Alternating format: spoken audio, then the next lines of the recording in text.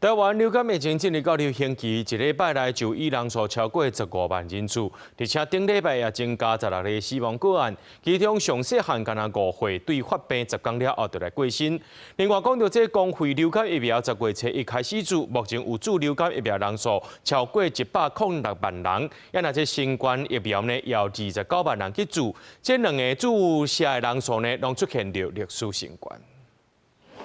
流感疫情进入流行期，顶礼拜门诊急诊人数超过15万人次，比前一礼拜增加1成3，而且敢若顶礼拜就加出来16个流感重症死亡个案，其中上细汉的是一位5岁查某囡仔，平常时身体健康，无注过流感疫苗，到月中确诊 A 型流感，然后就开始烧甲真厉害，烧甲唔知人，检查发现有严重的脑水肿，月底不幸过身，发病到过身敢若10天。 16例的流感重症的死亡个案，好，那年龄是未满10岁到80多岁之间，大部分的话是没有接种这个流感疫苗。 根据疾管署的统计，目前公费流感疫苗注射的人数超过106万人次，新冠疫苗也有29万人次，两个注射的人数拢创下历史的新高，显示民众防疫的意识提悬。不过最近也传出离谱的拍唔到剂量的代志，疾管署指出，要接到民众卡1922投诉，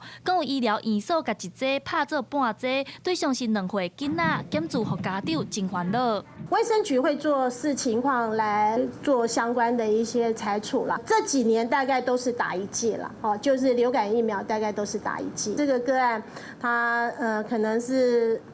某种原因，那就打了半剂，那造成民众的不舒服。另外，疾管署也提醒，肠仔病毒的疫情嘛是需要注意，因为到大有婴仔肠仔病毒感染并发重症的病例，个案是南部一个还未满过婴仔，出事敢若4天就开始发烧，经过治疗病情稳定，已经出院。累计今年全台出现17个肠仔病毒重症，其中8个死亡，创下6天来的同期新高。记者陈亚轩、林秀凯台北报道。